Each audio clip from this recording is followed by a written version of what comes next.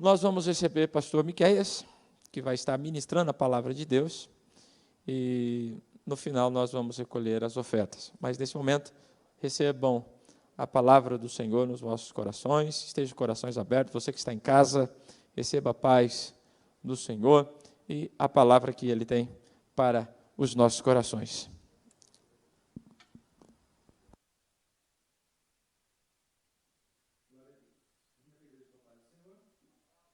Amém, glória a Deus.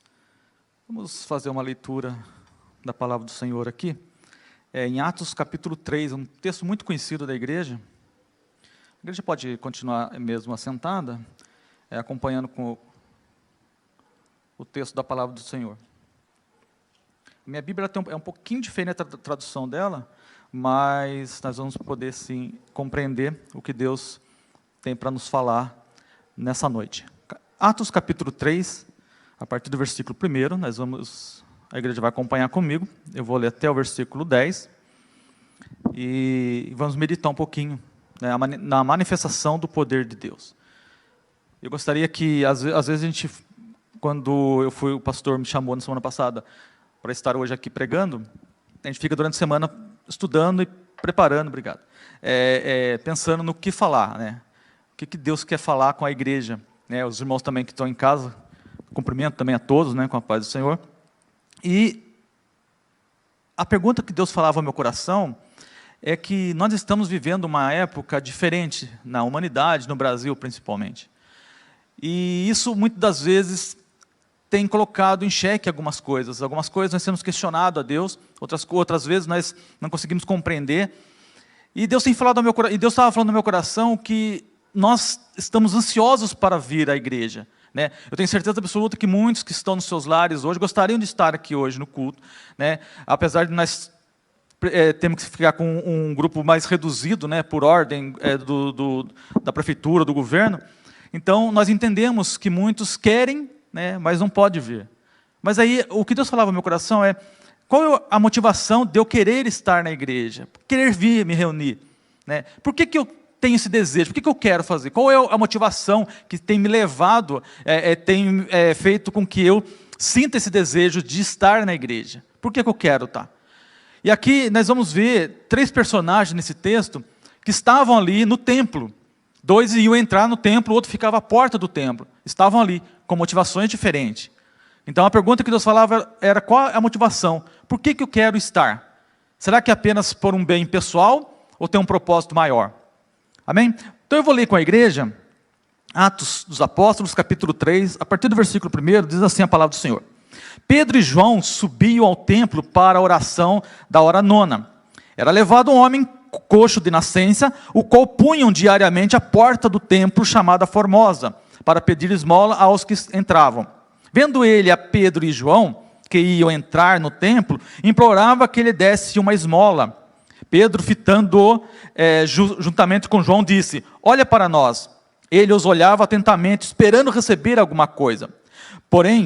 Pedro, lhe disse: não possuo nem prata nem ouro, mas o que tenho, isto te dou. Em nome de Jesus Cristo, o Nazareno, anda.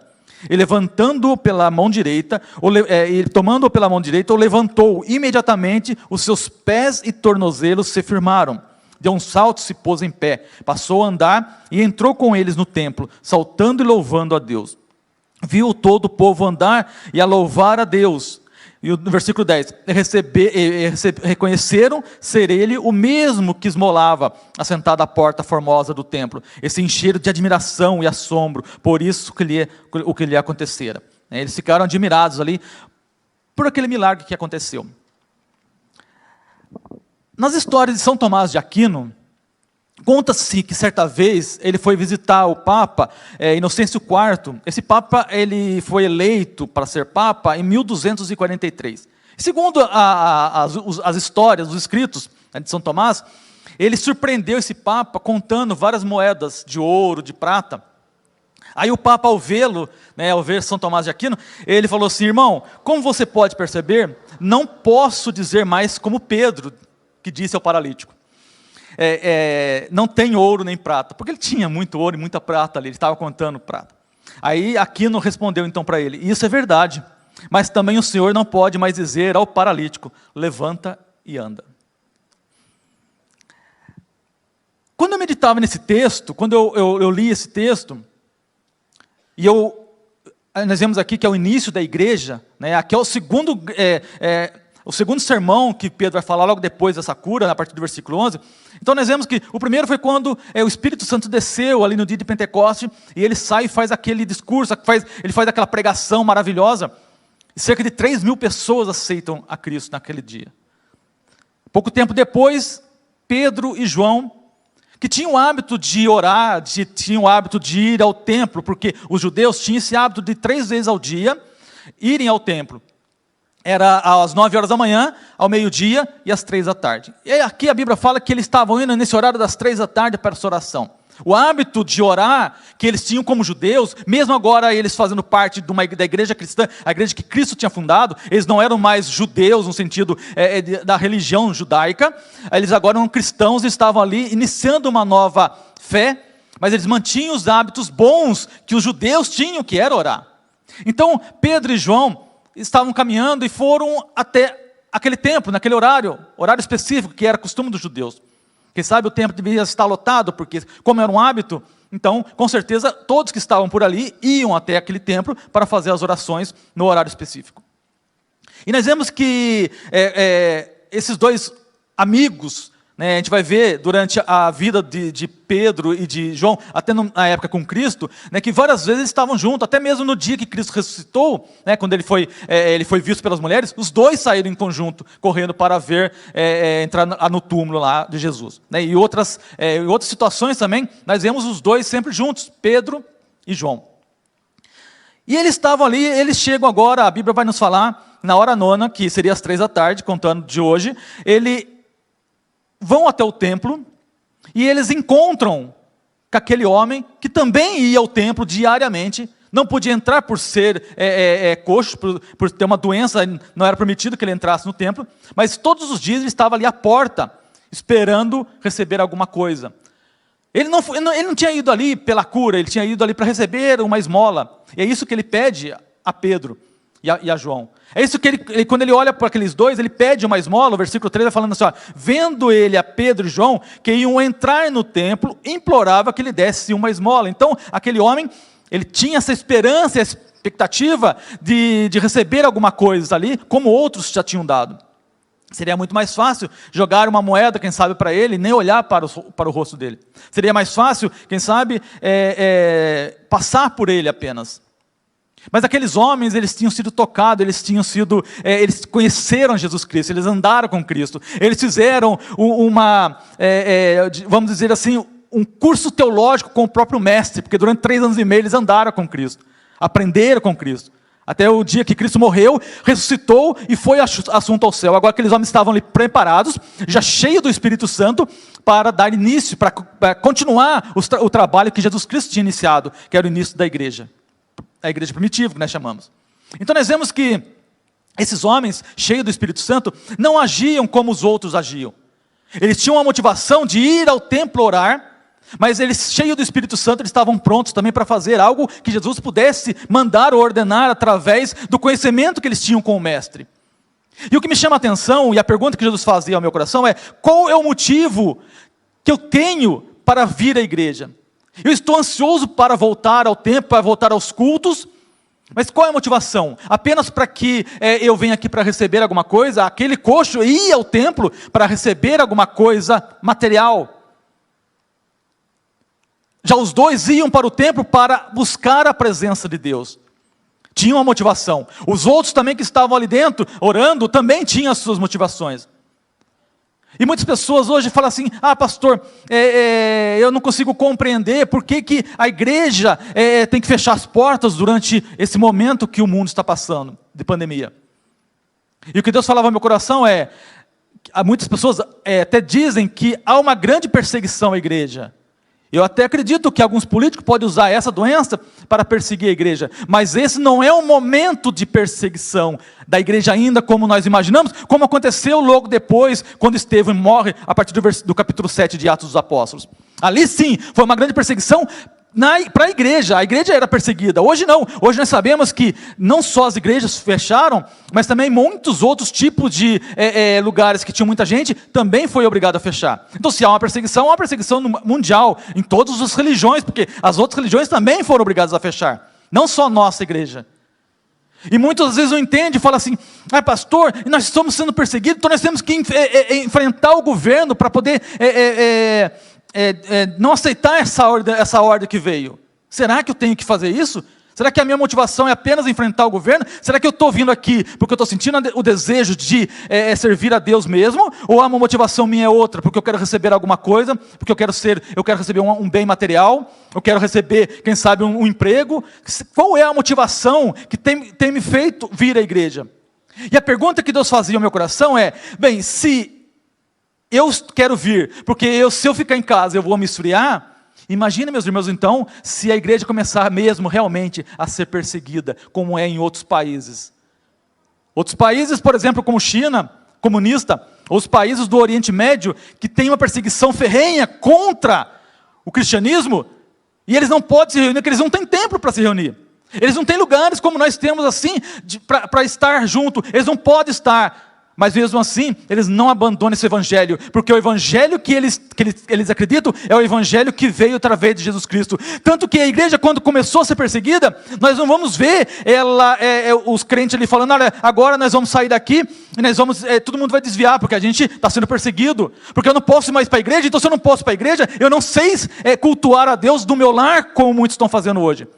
Muitas pessoas estão abandonando a cruz, abandonando o evangelho. Quem sabe você que está me ouvindo na sua casa nessa noite, está abandonando, deixando de lado, porque não conseguiu ainda compreender o que é ser um crente verdadeiro. Eles compreenderam, eles mostraram isso. No momento que eles podiam ainda ir ao templo, eles iam ao templo e faziam a vontade de Deus. Mas quando começou a grande perseguição, eles foram obrigados a saírem ali de Jerusalém. E nós podemos ver, por exemplo, Filipe, que era um dos diáconos, quando ele é obrigado a sair ali de Jerusalém, e ele vai para Samaria, e o que ele faz? Agora eu vou desviar, porque eu não estou mais lá no templo, eu não estou mais indo à igreja. Não, aonde ele está, ele formou um novo grupo de pessoas para servir e buscar a Deus. Nós vamos ver a história de Filipe aqui em Atos dos Apóstolos também. Então, o que Deus falava ao meu coração era, será que o fato de eu não estar vindo, não estar podendo vir à igreja, vai me tirar a comunhão que eu tenho com Deus? Quantas pessoas estão dizendo que são frias, porque não conseguem, só vou ser crente se eu estiver reunido, se eu não estou reunido agora não vou fazer mais nada. Mas essa não deve ser a nossa motivação. A motivação de estar aqui é para buscar revestimento de poder, é para ser cheio do Espírito Santo, para fazer a mudança das vidas lá fora. Muitas pessoas vêm aqui apenas para satisfazer um próprio ego, mas o que Deus falava no meu coração qual é essa motivação? Se essa motivação realmente for apenas para me satisfazer, aí com certeza eu não vou conseguir continuar sendo crente, se caso nós viermos a ser perseguidos realmente. Porque agora eu não entendo ainda que é uma perseguição. Eu não entendo que é uma perseguição. Eu entendo que é o momento que o mundo está passando. Pode sim alguns políticos usarem isso, mas eu não acredito nessa perseguição. Uma perseguição exclusiva da igreja de Cristo. A igreja de Cristo que somos nós. Nós ainda não estamos sendo perseguidos a esse ponto. A ponto de nós não podermos estar juntos sim, mas por uma perseguição, não por causa de uma doença. Quem sabe Deus está nos testando através dessa doença, que tem ceifado a vida de muitas pessoas. Tem ceifado sim a vida de muitas pessoas, mas Deus está nos testando, quem sabe, para um momento que pode ser muito mais complicado. E o que eu tirei desse texto aqui, foram algumas verdades de Pedro e de João, porque eles tinham um propósito real. O coxo estava ali apenas para receber uma esmola. Muitas pessoas vêm para a igreja para receber uma esmola. Só que nessa noite, o que Deus fala para mim, e o que Deus fala a nós, é que essa não deve ser a nossa motivação. Não é pequenas coisas. Eu recebi uma coisinha aqui agora, então eu vou continuar sendo crente. Eu recebi mais alguma coisinha, vou receber. Não. Aqui não é uma troca. Eu venho aqui à igreja para ser cheio do Espírito Santo, mas não para apenas eu sair sapateando e pulando para mostrar que eu estou cheio. Não. O ser cheio do Espírito Santo é para fazer a diferença nas pessoas lá fora. Esse homem, ele foi ali, o coxo foi ali para pedir um dinheiro. Só que eles olham agora para ele, chama ele, a atenção dele e fala assim, olha, eu não tenho ouro nem prata. Mas o que eu tenho é o poder de Deus. O que eu tenho é a força que o Espírito Santo me dá. Ele pega na mão daquele homem, e aquele homem olhando para ele, e ele ergue a mão daquele, ele ergue aquele homem. E aquele homem sai pulando. Ele não precisou fazer fisioterapia, porque o poder de Deus que agiu através do nome de Jesus Cristo, foi capaz daquele homem que tinha mais de 40 anos, capítulo 4 aqui de Atos dos Apóstolos vai falar isso, mais de 40 anos, então não andava, e agora ele sai pulando, dançando, gritando, glorificando. Por quê? Porque ele recebeu através daquele homem cheio do Espírito Santo, Pedro, o poder da cura total. O poder total da cura. E as verdades que eu gostaria de destacar com a igreja, primeiro, eles tinham uma vida comprometida com a oração. Por que Pedro e João fez a diferença para aquele homem? Porque eles tinham uma vida comprometida com a oração. A oração era prioridade na vida dos apóstolos. Nós vamos ver eles andando com Cristo, sempre, Jesus Cristo mesmo, saía e ia ao monte, ou saía e ia a algum lugar, sempre para orar, sempre para buscar. Palavras sem oração são palavras mortas, como diz o pastor Hernandes Dias Lopes. Se não adianta eu chegar aqui e se eu não tiver uma vida de oração, se eu não tiver um contato com Cristo, não adianta, porque o que eu falo aqui vai ser apenas palavras que vão ser mortas, ele não vai ter uma profundidade, porque é apenas um discurso, mas a palavra tem que sair daqui, ela tem que penetrar em teu coração, para fazer a diferença, e penetrar no meu, e mudar a minha vida. Perguntaram certa vez para Charles Spurgeon qual era o segredo do sucesso do seu ministério. E ele respondeu o seguinte: eu trabalho de joelhos. Meu lugar santo de oração vale mais do que toda a minha biblioteca. Era o lugar que ele mais ele sentia a presença de Deus. Então Charles Spurgeon, considerado o príncipe dos pregadores, um dos maiores pregadores que já houve na humanidade, ele falava que ele trabalhava de joelhos, porque todos os momentos que ele podia, ele estava orando e buscando a presença de Deus, para poder trazer uma palavra de transformação. E ele mudou a Inglaterra, e até hoje as mensagens dele são usadas muitas vezes por nós em cursos teológicos, para a gente entender o conhecimento que esse homem tinha da profundidade da palavra de Deus. Porque ele sabia a necessidade da oração. Há 2 anos atrás, eu estive na Coreia do Sul, e a Coreia do Sul ela é onde tem as maiores igrejas do mundo. E nós visitamos muitas igrejas lá. E eu contei aqui, já falei várias vezes sobre isso. E todas as vezes que a gente chegava das igrejas, cada dia que a gente ficou 21 dias lá, cada dia que nós chegávamos numa igreja para conhecer, o pastor fazia uma reunião, o pastor daquela igreja fazia uma reunião com a gente, e a gente tinha os momentos das perguntas, né? E tinha o tradutor nosso, que mora aqui em São Paulo, que é coreano, então ele fazia a tradução para o pastor, e a gente ia ali fazendo perguntas. Em todos os lugares, praticamente, nós perguntávamos nós estávamos em 40 pastores, nós perguntávamos para o pastor daquela igreja qual era o segredo do crescimento tão grande das igrejas coreanas. Igrejas com 80 mil pessoas.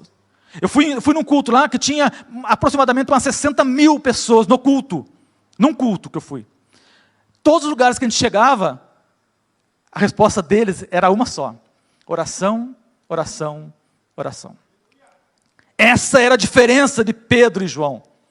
Eles estavam indo para o templo orar, e eles sabiam a necessidade, sim. E naquele momento, quando aquele homem pede algo, ele falou: olha, eu não tenho a riqueza, quem sabe, do Papa Inocêncio IV, quando ele estava contando as moedas, como os atuais também, milionários, né? Mas o que adianta eu ser uma igreja rica, mas não ter mais o poder que vem de Deus? E poder dizer, quem sabe, para alguém: levanta e anda. E fazer a transformação através do poder do Espírito Santo que está na minha vida. A segunda coisa que eu peguei nesse texto de Atos, é que eles tinham uma vida respaldada pelo exemplo. Versículo 2 a 5 diz assim, no texto que nós estamos lendo: era levado um homem coxo de nascença, o qual punham diariamente à porta do templo, chamada Formosa, para pedir esmola aos que entravam. Vendo ele a Pedro e João, que iam entrar no templo, implorava que lhe desse uma esmola. Pedro, fitando-o juntamente com João, disse: olha para nós. Eles olhavam atentamente, esperando receber alguma coisa. Eles tinham, nesse segundo exemplo que eu vejo aqui, é que eles tinham uma vida respaldada pelo exemplo. Pedro e João estavam passando quando esse paralítico chama. E ele não fala: olha de lado, não. Ele olha para nós. Se eu parar para pensar, dentro da nossa teologia, a gente fala assim, quando alguém vai olhar para nós, e a gente quer justificar os nossos erros, a gente fala: não, mas você não deve olhar para mim, você tem que olhar para Jesus. Será que é isso? Será que Pedro, quando Pedro fala assim, olha para nós, ele chamou a atenção daquele paralítico para eles. Por quê? Porque Jesus estava nele. Paulo vai falar que ele era um imitador de Cristo. Nós tínhamos que imitar Paulo, porque ele imitava a Cristo. Será que eu posso dizer hoje, para as pessoas que estão ao meu redor, olhe para mim, como exemplo de Cristo? Porque eles tinham uma vida respaldada nesse exemplo. Eles sabiam que eles tinham andado com Cristo, e eles eram agora pequenos cristos. Cristão significa pequenos cristos, ou seja, imitador de Cristo. Será que a igreja hoje, ela não se tornou tão rica a ponto de eu querer vir aqui apenas para fazer uma troca com Deus, e não esquecer que a minha vida é que tem que ser transformada, e eu tenho que transformar as pessoas que estão ao meu redor, as pessoas que estão lá fora, carentes de ouvir esse evangelho. Olha para nós. Será que nós podemos dizer ao mundo hoje, olhe para nós? Como esses dois, Pedro aqui não estava cometendo uma heresia, não. Pedro aqui estava mostrando o que Cristo já tinha falado para ele durante 3 anos e meio, porque ele aprendeu aos pés de Cristo, e ele sabia o que era ser um imitador de Cristo. Mas nós hoje, como cristãos, também temos que ser imitadores de Cristo. Então, se a motivação que eu tenho que vir aqui à igreja, ao templo, é para ser um imitador de Cristo, então a nossa motivação está correta.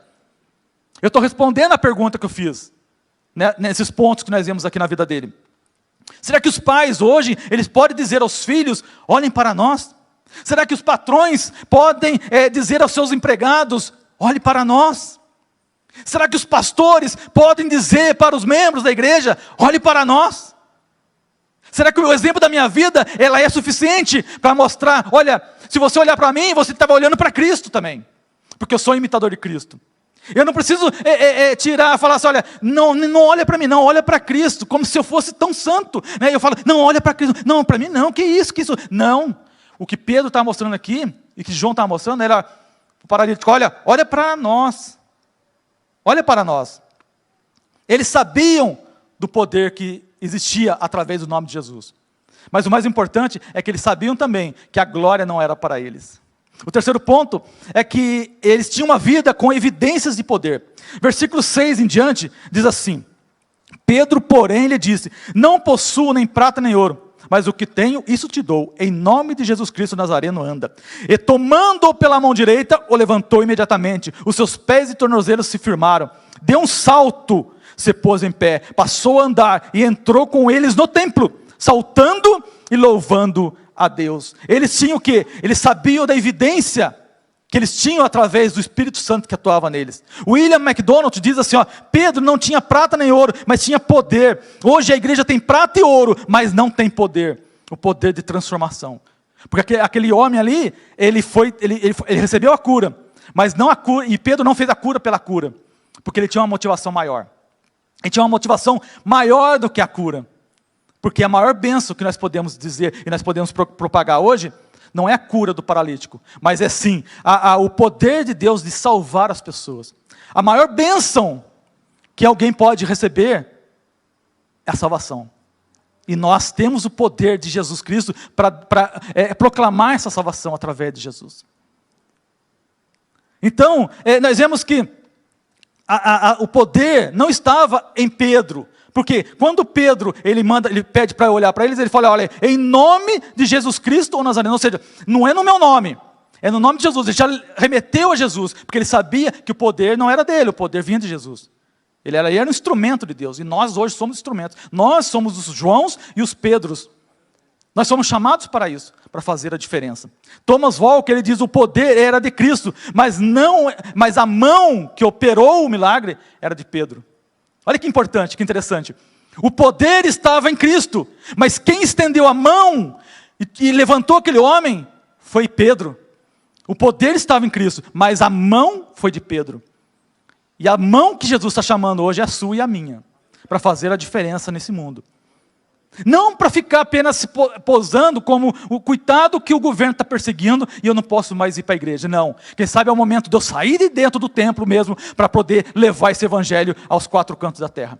Jesus Cristo, Deus, permitiu que a igreja fosse perseguida naquela época. Por quê? Porque eles queriam ficar ali em Jerusalém. Mas Jesus Cristo tinha falado, olha, saiam agora para pregar em Samaria, até os confins da terra. E eles ficavam ali em Jerusalém. Aí Deus permite então uma grande perseguição, e eles foram obrigados a sair. Quem permitiu a perseguição foi o próprio Deus. Quem permitiu essa doença foi o próprio Deus. O diabo não tem poder, porque todo o poder foi dado a Jesus Cristo no céu, na terra e debaixo da terra, ou seja, no inferno. Tudo está na mão de Jesus. É Ele que governa.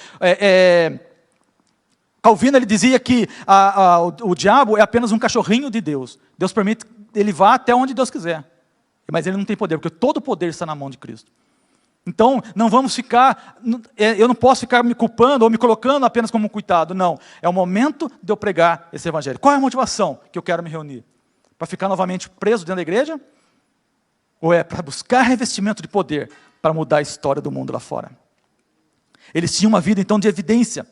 O quarto ponto é que eles tinham uma vida cheia de compaixão. Versículo 6. Nós lemos, Pedro não possui nem prata nem ouro, mas eles demonstraram compaixão daquele homem, porque eles viram ali, aquele homem estava ali há mais de 40 anos, ele tinha mais de 40 anos de idade, e ele estava ali todos os dias pedindo esmola. A compaixão. Hernandes Dias Lopes, ele diz que a compaixão, poder sem compaixão é autopromoção. Eles tinham o poder de Deus, mas eles tinham a compaixão, e eles usaram para mudar a história daquele homem, para sempre. E eles não usaram apenas para satisfazer o que aquele homem queria, não. A ideia ali foi levar a Deus, apresentar Jesus Cristo. Essa era a missão deles. E o quinto ponto é que eles viram um milagre irrefutável. A partir do versículo 7, nós vamos ver, ele pega ele pela mão direita e levanta ele. E ele sai pulando. E todo o povo viu ele andar. E aí, agora eles vão, a partir do versículo 11, eles vão fazer o quê? Eles vão agora buscar saber quem que aqueles homens eram. O que aqueles homens, o que eles tinham que foi capaz de curar aquele coxo que estava ali, todos os dias que eles viam, eles passavam por ele. Quem sabe jogavam uma moedinha para ele. Mas eles foram e fizeram a diferença. Quando eu busco a presença de Deus, quando eu me entrego realmente na vontade de Deus, eu sei o meu papel dentro da igreja. Qual o motivo que temos para vir à igreja? Qual é o motivo? Qual é a motivação? Uns vêm para, como eu disse, para mendigar ou pedir alguma coisa, mas outros vêm para buscar a presença de Deus. Pedro e João foram lá para orar, não para se promoverem, mas buscar o revestimento do céu, e sabiam o que deveriam fazer. Eles sabiam o que deveria. Quando ele olha para aquele homem, ele sabia o que ele tinha que fazer. Ao fazer o milagre no nome de Jesus, não buscaram fama, mas uma oportunidade de atuarem como igreja. Como eu disse, todos nós somos igreja. Nós somos aquilo, nós somos o templo do Espírito Santo. Nós fazemos parte dessa comunhão, e é maravilhoso estar reunidos. Que saudades nós temos dos eventos que nós sempre organizávamos na igreja. Congresso das irmãs, congresso dos jovens. Os cultos lotados. Poder sair, terminar o culto e abraçar os irmãos. Beijar. Que saudade nós temos. Mas será que eu vou ir para cá somente para isso? Ou a motivação minha é diferente? O crescimento, quando eu ajo como igreja, como eles fizeram, eles sabiam que independente de onde eles estivessem, eles iam continuar sendo igreja, porque a principal missão da igreja é levar as boas novas, é pregar o evangelho. Essa é a missão da igreja. E aonde eu estiver, eu tenho que estar pregando. O crescimento da igreja está diretamente ligado à pregação fiel da palavra. A pregação é o principal instrumento a produzir o crescimento saudável da igreja. É através da pregação da palavra, é através dos ensinos que eu vou aprendendo, vou adquirindo conhecimento, mas não para guardar para mim apenas, para principalmente levar esse evangelho a outras pessoas. John Stott diz, o aspecto mais notável no segundo sermão de Pedro, tal como foi no primeiro, é o seu fator cristocêntrico. Ele sabia e ele mostrava. Quando nós vamos ver a partir do versículo 11, que houve a cura daquele homem, todos vieram correndo para saber o que tinha acontecido. O que Pedro fez? Ser igreja. A primeira coisa que ele fez foi proclamar Jesus Cristo. E ele faz uma exposição maravilhosa, como ele fez aquele primeiro, lá no dia de Pentecoste.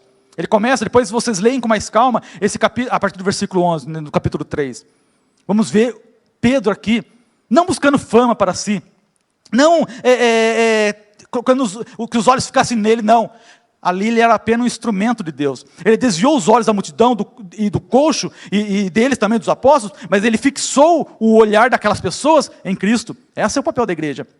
a quem os homens haviam rejeitado, matando, mas a quem Deus vivificou, ou seja, ressuscitou dos mortos, trouxe a vida, mostrando o poder e para que ele tinha vindo. Essa é a missão da igreja. Quer mesmo ser igreja? É a pergunta que Deus falava no meu coração. Então nós temos algumas diretrizes que nós vemos nessa pregação que Pedro fez.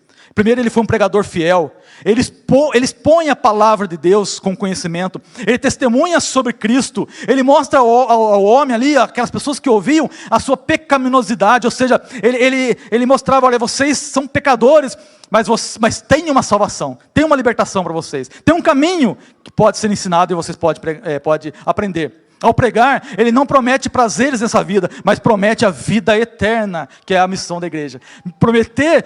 Muitas pessoas prometem as coisas apenas nessa terra, mas a missão da igreja não é essa. A missão da igreja é prometer a vida. Isso você pode prometer para qualquer pessoa que você pregar. Qualquer pessoa que eu pregar, eu posso sim, realmente, prometer essa vida eterna. E mostrar a certeza que nós temos. Agora, qual é o motivo que nós temos para vir à igreja? É para ser cheio do Espírito Santo, é para transformar as pessoas, é para mudar esse mundo. Então, vamos nos reunir, sim, quando pudermos, com a motivação correta, para buscar conhecimento, buscar mais entendimento da palavra. Mas mesmo você que está no seu lar, mesmo você que está na sua casa, continue buscando, continue lendo essa palavra, buscando esse conhecimento. Milagres, eles até podem acontecer como aconteceu, mas o maior milagre nós já recebemos, que foi a nossa salvação através de Jesus Cristo. É isso que eu tenho que proclamar. Mesmo que as autoridades nos obrigam muitas vezes a ficarmos em casa sem cultuarmos, nossa fé continuará inabalável, pois não estamos firmados na areia, mas sobre Cristo que é a rocha. É sobre Cristo que eu estou firmado. Então, independente de onde eu estiver, eu vou proclamar esse evangelho, eu vou levar essa palavra, eu vou levar ao mundo o que a Bíblia, o que nós temos aprendido. Porque quem sabe é o momento, sim, de nós buscarmos mais conhecimento, sim, mas também levarmos lá fora. E nos reunirmos quando for necessário, quando pudermos nos reunir bem mais, né, com toda a igreja lotada. Mas com um propósito maior, que é sempre aprender e levar esse evangelho. Porque o mundo está carente de ouvir a palavra de Deus. Amém? Eu agradeço a oportunidade, em nome de Jesus.